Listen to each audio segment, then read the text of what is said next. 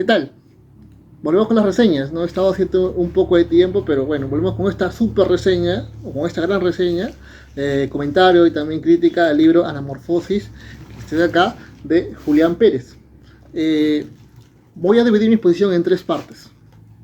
Primero vamos a comentar el contexto cultural histórico en el que se inscribe la obra de Julián Pérez, sobre todo este libro, y bueno, y gran parte de su producción, pero sobre todo este libro. La segunda es voy a pasar a exponer mi hipótesis y por último voy a corroborar mi hipótesis en el análisis del libro. Primero vamos a conocer al autor. Vamos a hablar de Julián Pérez. Julián Pérez nace en Ayacucho en 1954. Él es un autor que estudió educación, ¿no?, en la Universidad de Cantuta. Nos recordemos, bueno, interesarnos en su formación, ¿no? Él estudió educación en la Cantuta, ¿no? Y luego enseñó cursos como teoría literaria o literatura peruana contemporánea en la Universidad Villarreal.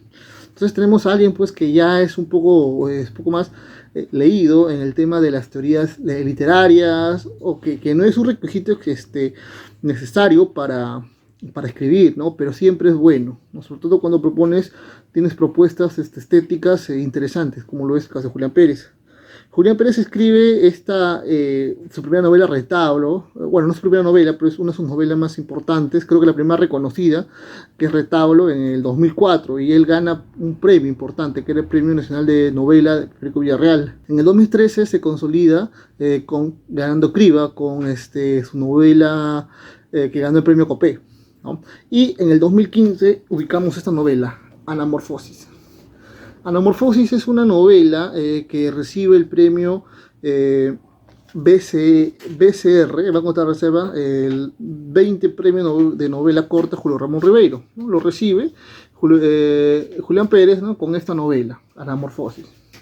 Ahora, vamos a hablar sobre el contexto de Anamorfosis, ¿no? Anamorfosis es una novela que habla sobre la violencia política, pero no netamente de los hechos en sí, sino lo que sucede, ¿no? Es la posviolencia política, ¿no? Se escribe junto con su novela Retablo y la novela Criba, donde es una trilogía de novelas que hablan sobre esta parte post-violencia, ¿no? El rehacer la vida, continuar con la vida después de conflicto. De eso nos habla Anamorfosis. Un punto interesante es que para entender esta novela es bueno complementar la historia con otros libros. Uno de los textos principales para entender la obra de Julián Pérez es ese estudio que sacó hace unos años los editores Edic Pérez, ¿no?, y Jorge Terán. Cuadros Urgentes, que está íntegro dedicado a la obra de Julián Pérez. Si te interesa saber un poco más sobre estas obras como Retablo, que creo que acá es la más estudiada, ¿no?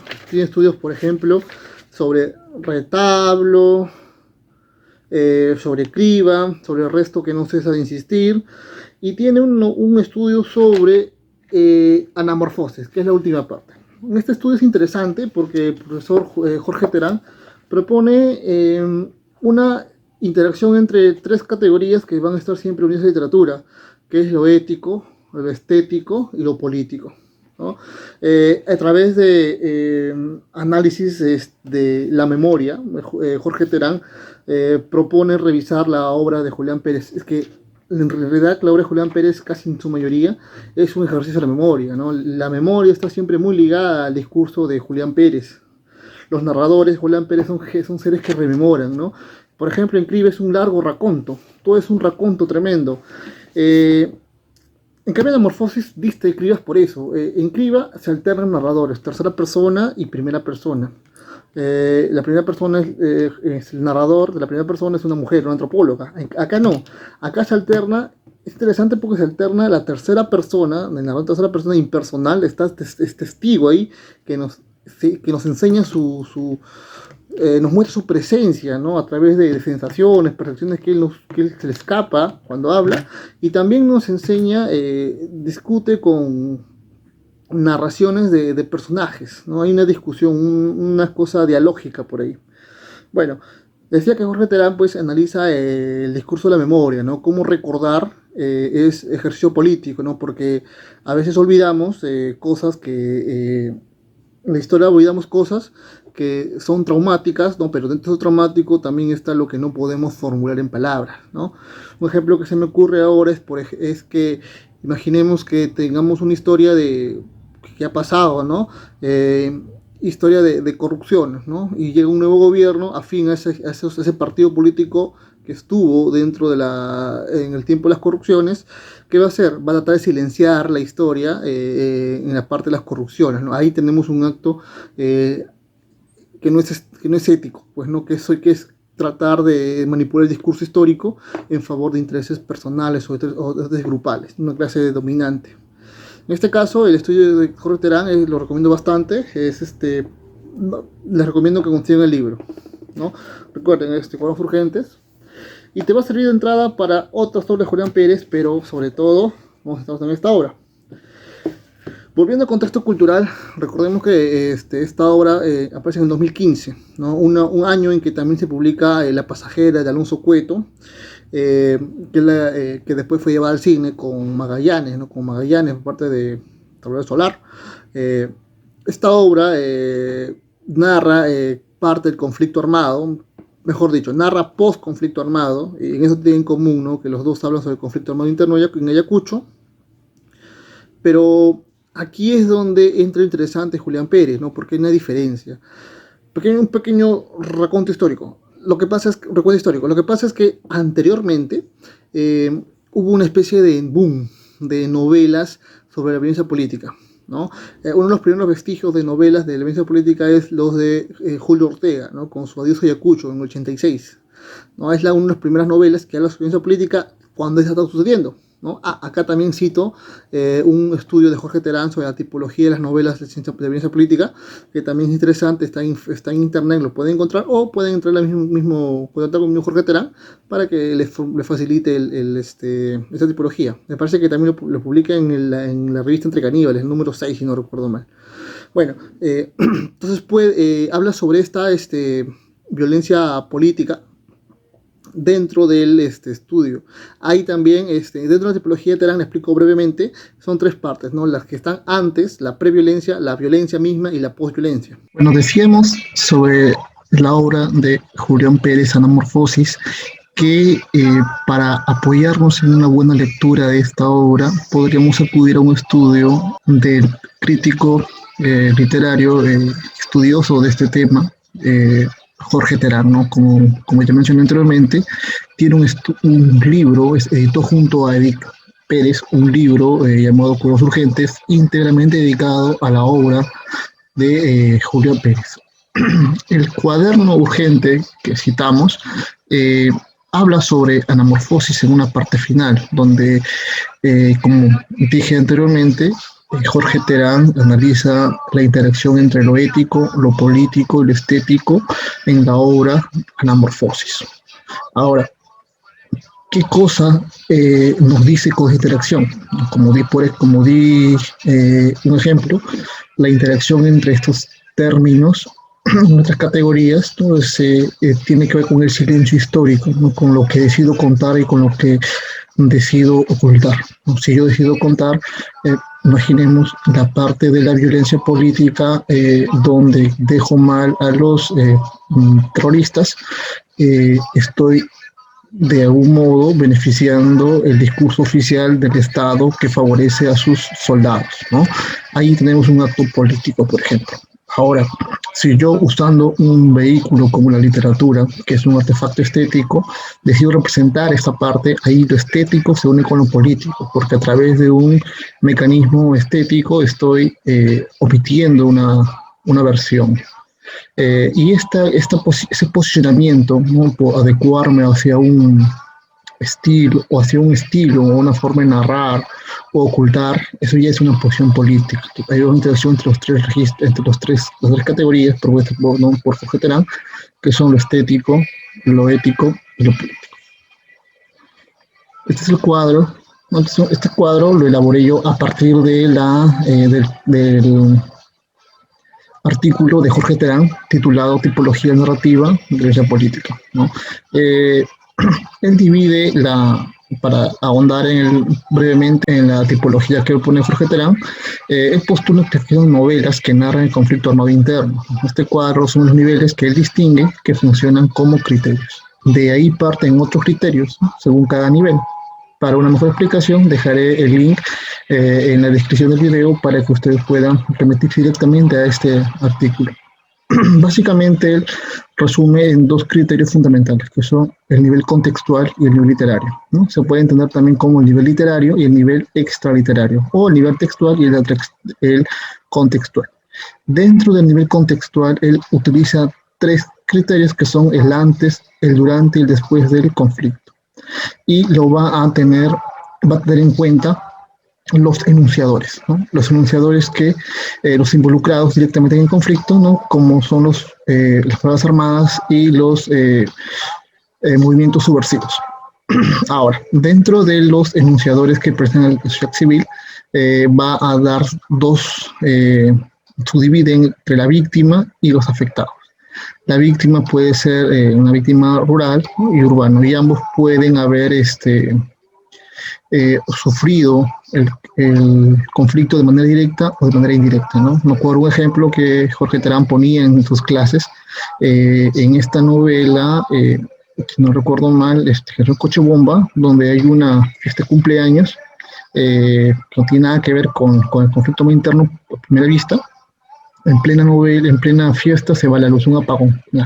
El apagón fue causado por una voladura de torre de tensión eléctrica. Entonces vemos que aquí primero vemos un ámbito urbano que es víctima de manera indirecta. Los afectados también entran acá, en el rural urbano, que eso sería ya después los que sobreviven al conflicto, pues, ¿no? Y también nos da un nivel de esos extranjeros que no tienen tanta injerencia en el conflicto no interno de manera directa, pero a través de testimonios pueden grabar un discurso, ¿no?, que es algo que no solamente tiene que ver con un extranjero que quiere decir fuera de nuestro país, sino también tiene que ver con los foráneos, los limeños que se acercan, entre comillas, hacia hablar del conflicto interno. A nivel literario, él propone tres subcategorías o tres subcriterios, ¿no?, que son el tiempo representado en el texto, ¿no?, el aquí y el ahora, la alusión al conflicto y el tratamiento del referente, es decir, el tratamiento del conflicto, cómo se alude al conflicto, ¿no? Por ejemplo, en el tiempo representado en el texto, en el aquí y ahora se divide en el antes, durante y después. En la alusión al conflicto puede ser de una temática realista que se emparenta bastante con lo histórico. Aquí podrían entrar novelas históricas que hablan sobre el conflicto interno y un montón de escritores, como por ejemplo Alonso Cueto, Ron Cagliolo, el mismo Julián Pérez. Aunque Julián Pérez se mueve un poco más entre lo híbrido, ¿no? Ya veremos por qué. Anamorfosis, por ejemplo, yo lo colocaría en este lado, en lo híbrido, ¿no?, porque también mete elementos realmíticos. En cuanto al tratamiento referente, ahí va a dar dos subcategorías, que es lo ético-estético y el deseo estético. Dentro del ético-estético habla sobre el conflicto personal en relación con el conflicto armado y las crisis sociales, ¿no? Es lo que yo decido representar. Mientras que en el deseo estético, no es una búsqueda personal, ¿no?, el conflicto interno tangencial, es decir, la rememoración, cómo me afecta o cómo afecta al narrador, los personajes, este conflicto armado, o cómo se ha afectado. A continuación, en la parte segunda de la exposición, vamos a analizar el texto. Primero voy a analizar los paratextos, ¿no? Para eso, los paratextos son los textos que acompañan a mi texto principal, ¿no? Es decir, el título, el epígrafe y la dedicatoria muchas veces. Los paratextos nos dan indicios y señalan hacia dónde se dirige la novela, es decir, cuál es su finalidad de producción. Empecemos con el título. ¿Qué es anamorfosis? Bueno, se define como la pintura o dibujo que ofrece a la vista una imagen deforme, confusa o regular y acabada, según desde dónde se mire. Hay ejemplos en pintura, ¿no? Como está dibujado o como está en la carátula del libro Anamorfosis, vemos un vaso con un lápiz dentro que a la vista del exterior se ve doblada, quebrada, ¿no? Entonces ahí vemos un efecto anamorfósico. El epígrafe es tomado de Raveloa, ¿no? Me parece que todos los diablos se han desencadenado en contra nuestra, o que Proserpina está pariendo. Todos los demonios bailan y hacen sonar sus campanillas. Esto acá nos da una lectura, ¿no? Porque vemos que Raveloa, como estudia Bakhtin, en un libro que habla sobre la Edad Media, el Renacimiento, lo carnavalesco es la vuelta al mundo. Entonces acá vemos que se nos presentará esta idea de vuelta al mundo, mejor dicho, del mundo al revés, donde lo carnavalesco formará parte del diálogo de los personajes, se subvierte a través de la palabra la historia oficial. Dicho esto, podemos concluir que la obra de Julián Pérez va a tener esta caracterización de ser una subversión del discurso oficial. Para entender la obra primero hay que caracterizarla. Nos vamos primero con la descripción minimalista. Una descripción minimalista es una descripción que se fija en los detalles mínimos. Y esto vamos a ejemplificarlo con una parte de la obra. Por ejemplo, este de acá. Domitila se aproxima a la cocina, abre la refrigeradora, saca la jarra y le sirve a Sócrates un vaso de chicha de jora fría, casi helada. Sócrates toma el vaso, lo lleva con cuidado a sus labios y degusta el frescor suave y la suave dulzura de la chicha. Luego desplaza su lengua que barra sus labios de comisura a comisura. Por un instante, ese instante lo entretiene. Apaga momentáneamente el ardor de sus entrañas, pero de pronto, como si obedeciera a un instinto inevitable y del que no puede dar cuenta de dónde viene, vuelve a pincharse más con el fastidio de no haberse visto aún con Fidel Zorrilla. En su mundo interior, una fuerza inaudita de avalancha de lodo y piedra acaba de tumbar las paredes de adobe que delimitan su espacio vital. Pocas veces había sentido aquello, tal vez en los momentos más álgidos de su vida, especialmente en esos tiempos del pasado cuando vivía a salto de manta cargando su existencia en la punta de los dedos. Páginas 10 y 11. Aquí vemos que se alternan descripciones, tanto minimalista como una descripción de tipo normal, ¿no? Vamos a ver, por ejemplo, acá. Lo que está subrayado tiene un ritmo distinto, ¿no? Es un ritmo normal, es un ritmo que va a ser lo hegemónico en toda la narración.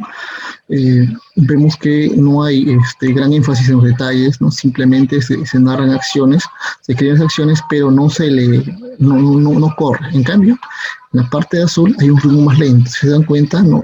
Gráficamente ustedes pueden notar cómo el espacio que ocupa, la descripción, ¿no? Las acciones de Domitila hacia Sócrates y las acciones de Sócrates.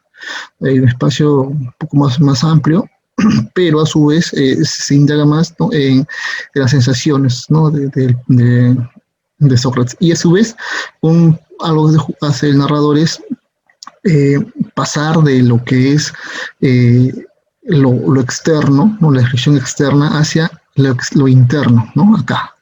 El ritmo lento continúa, pero hacia adentro, ¿no? Se describe el mundo interior del personaje Sócrates, Linares, ¿no? Y vuelve otra vez hacia lo externo. Este es un ejemplo de descripción minimalista que se va a ver bastante en esta obra. Luego tenemos la presencia de un narrador, ¿no? El narrador en grosso modo es quien cuenta la historia, es un personaje más que está presente. Y acá tengo que relacionar la obra de Anamorfosis de Julián Pérez con otras obras que él también ha escrito, con la producción de Vargas Llosa. Vargas Llosa prefiere el narrador objetivo, un narrador imparcial, ¿no? Que está presente en la obra, es una presencia. En este caso, en la Anamorfosis también tenemos la presencia del narrador, ¿no? Por ejemplo, en este texto, en este fragmento, dice: la secretaria, una agraciada joven diligente, en apariencia comprensiva, simpaticona, para que, casi con fruición, esta vez con ganas, marcó uno y otro número de las diversas dependencias de la universidad a las que el señor decano solía ir, pero por lo visto no lo halló en ningún lugar. Página 14. Aquí vemos la presencia del narrador a través de un juicio subjetivo, que es acá, ¿no? Una agraciada joven diligente, en apariencia comprensiva y simpaticona, ¿para qué? Casi confusión. Esta parte de acá me está marcando los gustos, ¿no? En este caso por las mujeres, o el tipo de mujer que gusta al narrador, ¿no? Y acá también, ¿no? Salen presurosos, toman taxis casi al vuelo y se dirigen al lugar siniestro al que llaman Infiernillo, porque en ese sitio hay demasiadas caídas, riesgos, pero allí se encuentran las estancias donde venden lo que de veras se llama chicharrones. Acá también vemos los gustos culinarios del narrador, ¿no?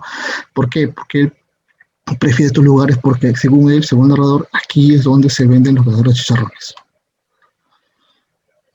Otra característica, y esta la tomé de una charla que dieron Edith Pérez, Alexis Parraguirre, sobre la obra de Julián Pérez, respaldado por el Libro Gris, donde estuvo invitado Julián Pérez junto con otros escritores que también estaban presentes, y ella habló sobre la animalización. La animalización quiere decir reducir al sujeto a animal, ¿no? Es un recurso que se usa para agradar a los personajes, ¿no? Esta idea la tomo de ella. Por ejemplo, ¿no? Acá nos dice, en homenaje a la Facultad de Educación de la cual era decano el señor Fidel Zorrilla, apodado el Muca, desde la infancia compartida por ambos, por tener en la boca y en las orejas cierto aire de hocico y oreja de zarigüeya.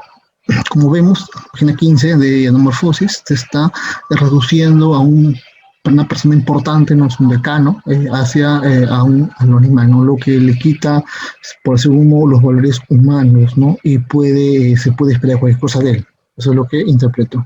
El otro ejemplo es, oye macaco, dice Alicia de pronto, yo no he dicho eso en algún instante. Lo que quieras, pero primero quítame de encima lo de macaco. No te su molestia Capuchino porque su amigo del alma, Alicia, lo ha cambiado de especie. Aquí vemos también una especie de, esa es la parte de las descripciones, de los diálogos, perdón. No, bueno, aquí cabe añadir que la obra se divide en los capítulos impares. Se narra la muerte de Sócrates Linares, un poeta que va a Ayacucho para prestar su libro y ser homenajeado, pero no sucede, no, sino que es una chanza que precisamente le hace Fidel Zorrilla, una obra de mal gusto, que termina con la muerte de Sócrates Linares, mientras en las partes de capítulos pares se narra un diálogo entre Alicia, Capuchino y Narciso. Estos tres personajes son alegóricos, como hace más adelante, pero acá intenta el argumento de Alicia es animalizar a su contertulio, a Capuchino, ¿no? Pero él se resiste a esta animalización. ¿Por qué? Porque como hace más adelante, ambos forman parte del mismo discurso. La polifonía. La polifonía es un recurso que se usa mucho en esta obra y en varias obras de Julián Pérez, ¿no? En ese sentido, la obra de Julián Pérez es muy moderna, muy postmoderna de algún modo, ¿no? Bebe bastante de Vargas Llosa, ¿no? De las técnicas narrativas de vanguardia, ¿no? Que aún siguen vigentes. La polifonía puede definirse como la mezcla de voces, registros de toda la historia, ¿no? Recordemos que la polifonía es un término empleado por Mikhail Bakhtin para definir la multiplicidad de registros en una obra. Precisamente él estudia la obra de Dostoyevsky. Aquí habría que definir qué cosa es un registro, ¿no? ¿Qué es un registro? Bueno, un registro es el habla particular que posee cada narrador, cada personaje, y depende de su cultura, su saber y de su construcción. Así vamos a tener que, por ejemplo, un personaje universitario no hablará como un personaje un campesino, ¿no? Tienen distintas formas de ocuparse el lenguaje. Asimismo, ¿para qué me sirve la polifonía o el registro? ¿Para qué me sirve el registro? Es lo más importante. Le da verosimilitud a su discurso. Así podemos decir que la polifonía en la obra de Julián Pérez es la mezcla de los registros. En este caso se pueden conocer registros como los de Alicia, los de Capuchino, que van a ser el mismo, ¿no? Van a ser un continuo. Y el de Narciso, que a veces es el continuo, pero es el continuo que se opone al discurso de ambos. Y el registro del narrador. Esta mezcla de voces, de registros, ¿no? Dentro de la historia, esta polifonía, me sirve para que se alternen los puntos de vista. Así, en los diálogos podemos ver cómo Capuchino, como Alicia y Narciso muestran un punto de vista particular sobre un hecho, ¿no? Que es la muerte de sus Linares, y también me sirve para que el narrador le dé independencia a los personajes, ¿no? Para que los personajes se construyan no mediante acciones, ¿no? Esto es lo importante en esta obra. Los personajes no se construyen a través de la descripción que hace el narrador, sino se construyen a través de su propia palabra. Conocemos a los personajes por la forma en cómo habla. Esto es un logro de esta novela, ¿no? Así, si juntamos la alternancia, el punto de vista y los registros de personajes, se transmite un punto de vista particular. Vemos acá tres hombres, ¿no? Vamos a hacer, no son los personajes de Julián Pérez, pero para fines didácticos vamos a asumir que se pueden ver igual, ¿no? Recordemos que esta es una charrea de Doña Paula, donde que está cerca a Infiernillo, que es donde hay un barranco, ¿no? Bueno, tenemos que cada personaje tiene su propia voz, ¿no? Por ejemplo, aparece el personaje número uno, ¿no? Que es Alicia, el personaje número dos, que es Capuchino, y el personaje número tres, que es Narciso. Los tres van a dialogar. Aquí tenemos que ver algo importante, ¿no? La tradición del diálogo. El dialogar no es lo mismo que conversar. Dialogar es que cada uno expone un punto de vista y lo sustenta, mientras que la comparación es cuando dos concuerdan con algo, ¿no? Eh, entonces vemos que Alicia y Capuchino, ellos conversan, mientras que Narciso dialoga. Alicia y Capuchino dialogan con Narciso. ¿Ah? Pero, repito, entre Alicia y Capuchino hay una conversación y cuando los dos hablan con Narciso, ahí recién hay un diálogo. Y eso es muy notorio en la novela, ¿no? Como, por ejemplo, se cuenta, dicen, ¿no? ¿Tú recuerdas lo que pasó con Sócrates? Linares, ¿sabías que se desbarrancó? Sí, algo así oí, que se desbarrancó y murió. Sí, y también dijeron tal cosa. Sí, yo también escuché tal cosa. Entonces, entre los dos van construyendo, tras su conversación, porque no se están oponiendo en nada, la historia de Linares. Pero aparece Narciso a decir, no, ustedes están equivocados, eso no pasó, yo sé la verdad. Él está contradiciendo la historia oficial, ¿de acuerdo? Eh, Hay que recurrir bastante al diálogo porque el diálogo no solamente está presente en esta obra de Julián Pérez, sino donde se magistralmente se inscriba, también se ve el estudio o la aplicación del diálogo. Ahora, después de hablar sobre el diálogo, también hay que emparentarlo con los diálogos menipeos, ¿no? Menipo es famoso por sus sátiras, ¿no? Donde cada personaje se construye a través de la voz. Por ser importante la voz de los registros, la voz del personaje, porque permiten su construcción. Eh, Como último punto, podríamos agregar que a través del diálogo se expone, ¿no? Lo que conoce el personaje de la realidad. Ahora, hay una categoría que se llama los diálogos en el umbral, ¿no? Que básicamente sostiene que cuando una persona pues está al límite, o diálogos al límite se le llama, siempre está condenada o sujeta a decir la verdad.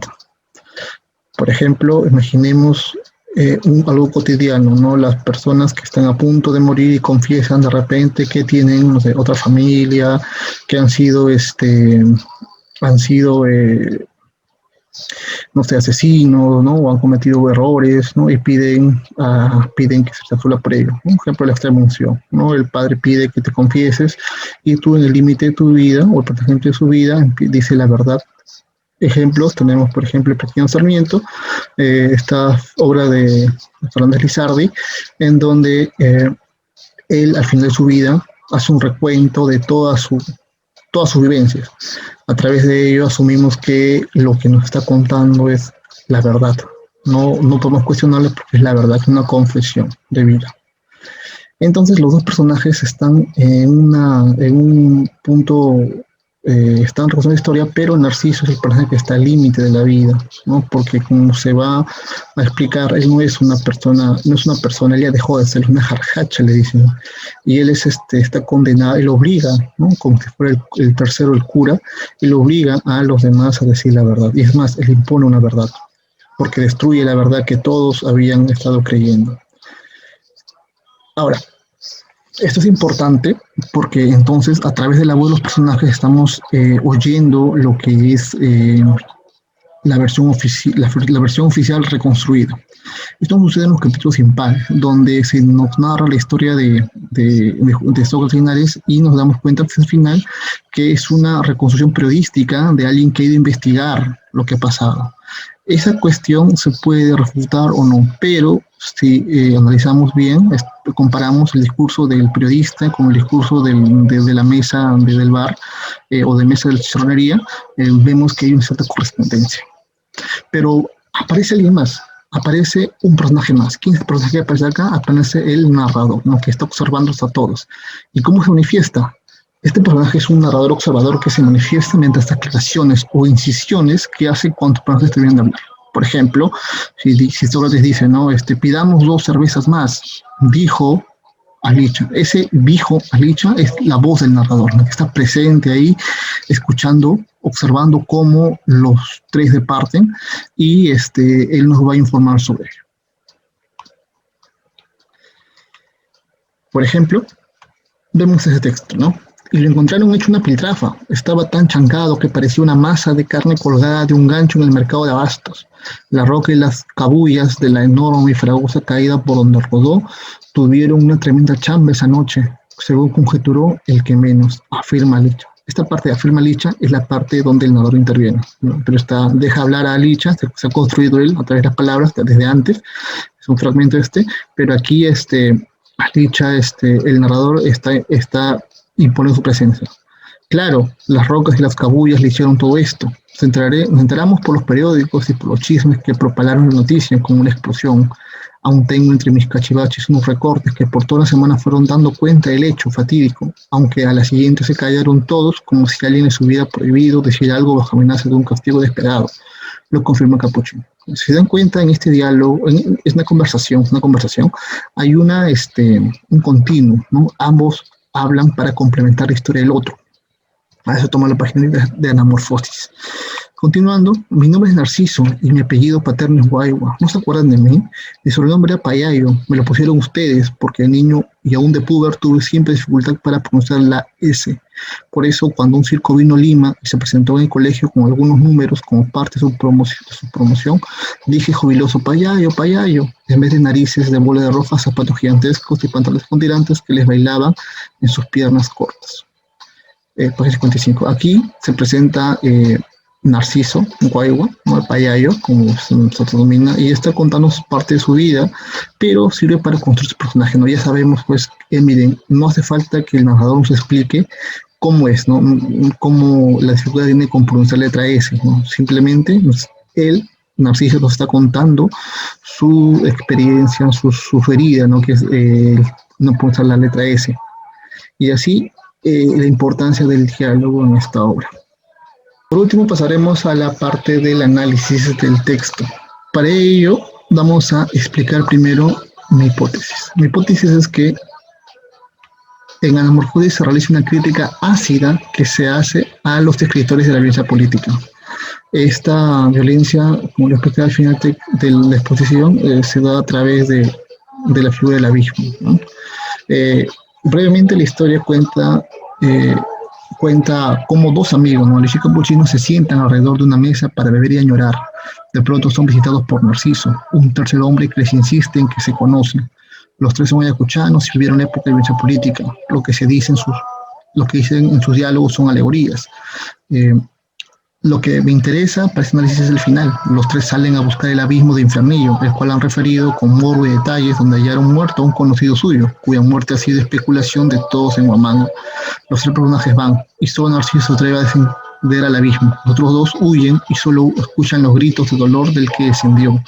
Ese abismo es lo real del conflicto. Los amigos que huyen son los escritores que hablan del tema sin haberlo vivido, lo que no está mal, pero sin siquiera haberse nutrido del tema, sino repitiendo lo que otros dicen. Solo Narciso, un jarjacha, alguien muerto en vida, se atreve a acercarse a ese misterio, y como se lee, no regresa. Es como si el abismo que simboliza la guerra interna consumiera a aquel escritor que de verdad se le acerca. Por eso es que en los diálogos, Narciso es el único que se siente en potestad de hablar sobre Infernillo, puesto que él lo conoce, sabe que es defender por él. Esto me está diciendo, pues, en este texto estoy tratando de explicar la alegoría del abismo, ¿no? De repente, un error que se le puede achacar al narrador de Julián Pérez es que no hace mucho énfasis en el dijo, afirmó, comentó, y siempre está incidiendo el narrador, ¿no? Pero si notamos si observamos los diálogos, ¿no? Como una alegoría, ¿no? Como que cada uno representa, como que Alicia y Capuchino representan escritores foráneos, extranjeros, como vimos en la tipología de Jorge Terán, y que Capuchino es el verdadero superviviente de la obra, y que Narciso es el verdadero superviviente de la guerra. Podemos entenderlo como esta alegoría, ¿no? Y se puede entender que el narrador simplemente está ordenando las piezas. Entonces el verdadero mensaje que nos da viene de parte del narrador. Vamos a analizar el texto. Vamos a ver con la alegoría de la historia oficial, que se puede representar en este caso se representa en este caso la novela con la muerte de Sócrates Linares. Vemos primero, esta es la mesa donde está el Echeverría, vemos a Capuchino y Licha que entre los dos hacen un continuo, ¿no? Y aparece pues Narciso. Luego se empiezan a conversar después de tiempo que se encuentran y empiezan a conversar sobre lo que pasó, ¿no? Y entre la conversación sale el tema de Sócrates Linares y van a hablar sobre su muerte. Entonces hay un discurso oficial ahí, hay un discurso que ha sido asimilado por todo Huamanga, ¿no? Sobre la muerte de Sócrates Linares. Sin embargo, aparece Narciso con algo que ha dominado el contradiscurso, ¿no? Que va hacia, ataca a ese discurso oficial y él impone una verdad, ¿de acuerdo?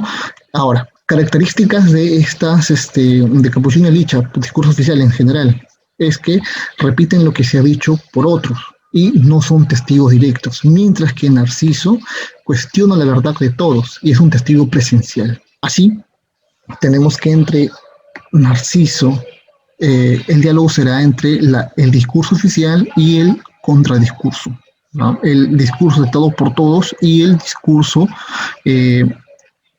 subversivo, el discurso emergente, que intenta reformar o rebatir lo dicho por el poder.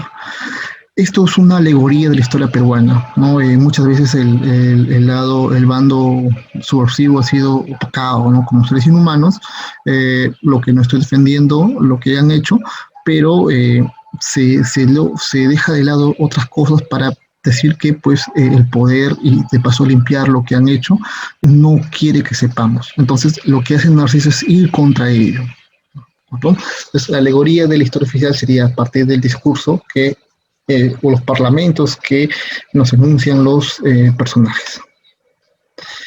Ahora vamos con la alegoría del abismo.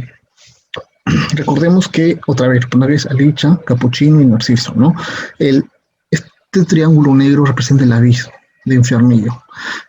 Lo más profundo es lo real, el conflicto armado, es lo real, ¿no? Recordemos que según Lacan hay 3 registros. Tenemos lo real, ¿no? Que es lo que no puede ser verbalizado, no puede ser aprendido por el hombre, lo imaginario y lo simbólico, ¿no? Lo simbólico tiene que ver con el lenguaje, y lo imaginario tiene que ver con lo aceptado. El conflicto armado interno se mueve, la represión que hace de esto se mueve a través de lo simbólico y lo imaginario, ¿no? Podríamos poner, por ejemplo, se me ocurre imaginemos a Roque Leolio y a Alonso Cueto, que se aproximan al abismo, que es el discurso, que es la guerra interna, el tema de la guerra interna, e intentan hablar, ¿no? Hablar de ello, criticar. Sin embargo, no descienden hasta lo último, como si lo hace Narciso, que puede ser un escritor que vivió esos años, o de repente que se empapó más, que investigó, ¿no? Y de repente el acercamiento hacia, como le dije a Capuchino, porque en la obra se acercan por curiosidad, ¿no? Porque tienen morbo. En que Narciso se acerca, desciende incluso por donde murió Linares. Sócrates Linares desciende precisamente porque ahí fue donde